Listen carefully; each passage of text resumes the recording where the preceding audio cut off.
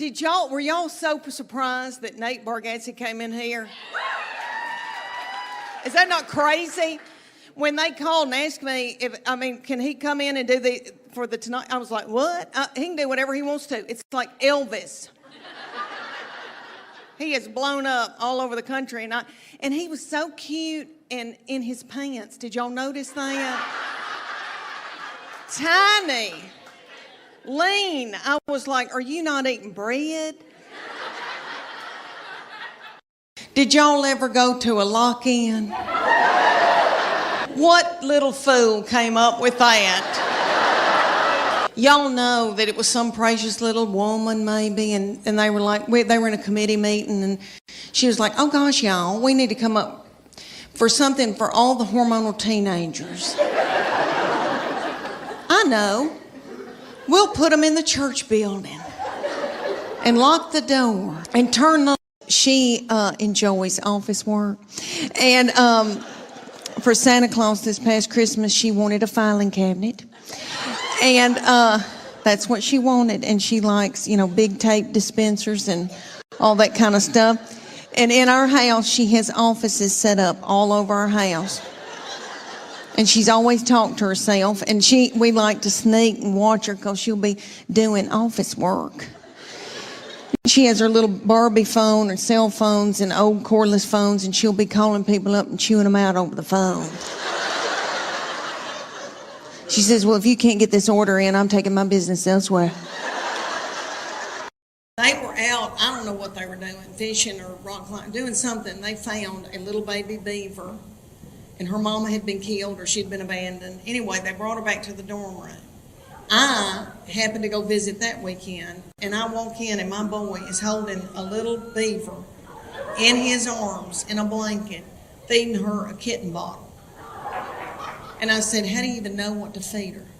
And he said, I've called a beaver hotline. I was very strict with those first two about language. I said, nobody is going to call anybody stupid or butt. If you call somebody stupid or butt, you're going to be in deep doo-doo, and I mean it. And they were scared to death. They would have never. That third baby, little bitty, walk in a room, buddy, and he'd go, she's a nut. She was little bitty, walk into somebody's birthday party and go, what's up, mofos?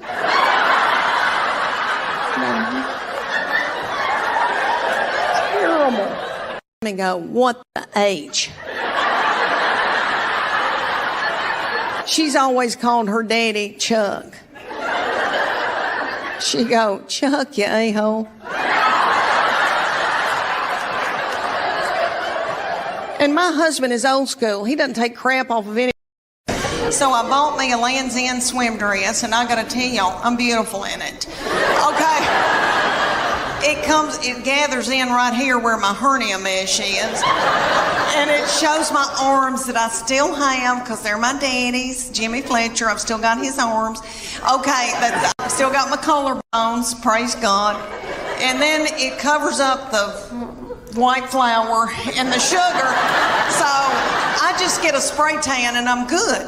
Well, for years, I was in torment wearing a miracle suit. I don't know if any of y'all have bought a miracle suit before. I know they've got them at y'all's Belk.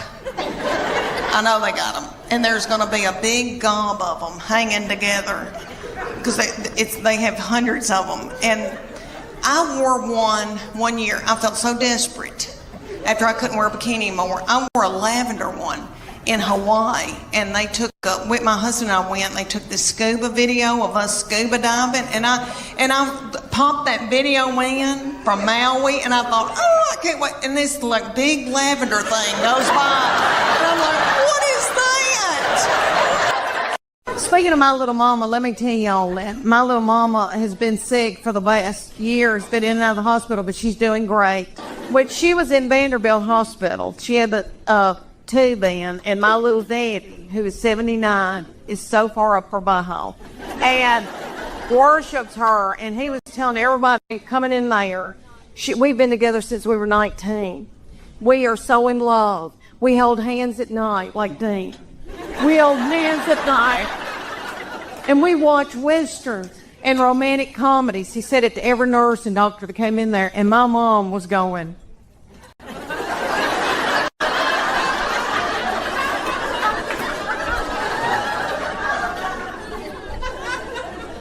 Finally, when they took that tape out and she could talk, the first thing she said was, "Oh my gosh, Brad Pitt went to Jennifer Aniston's 50th birthday."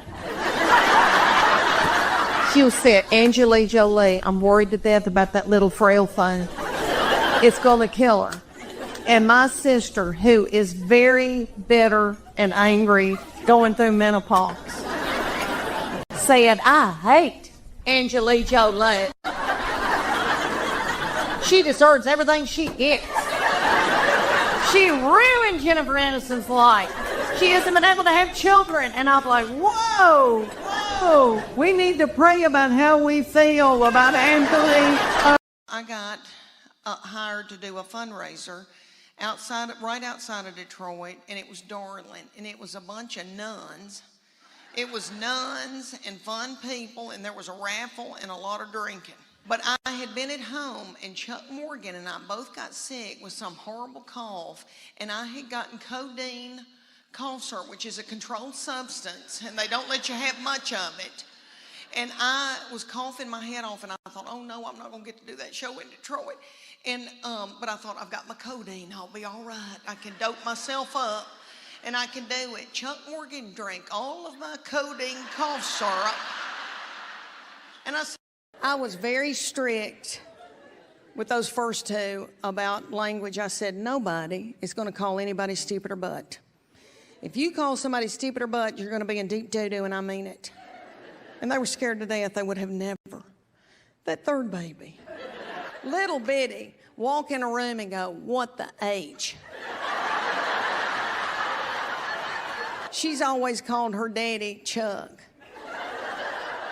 She'd go, "Chuck, you a-hole."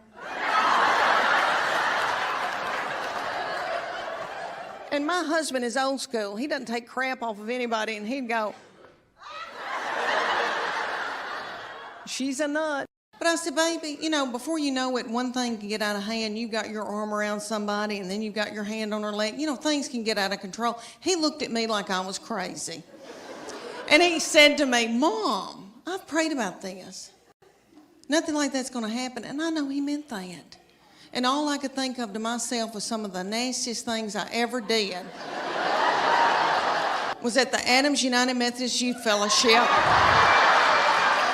on a hayride. I don't know what it was about hay that set me on fire. I wish it did now.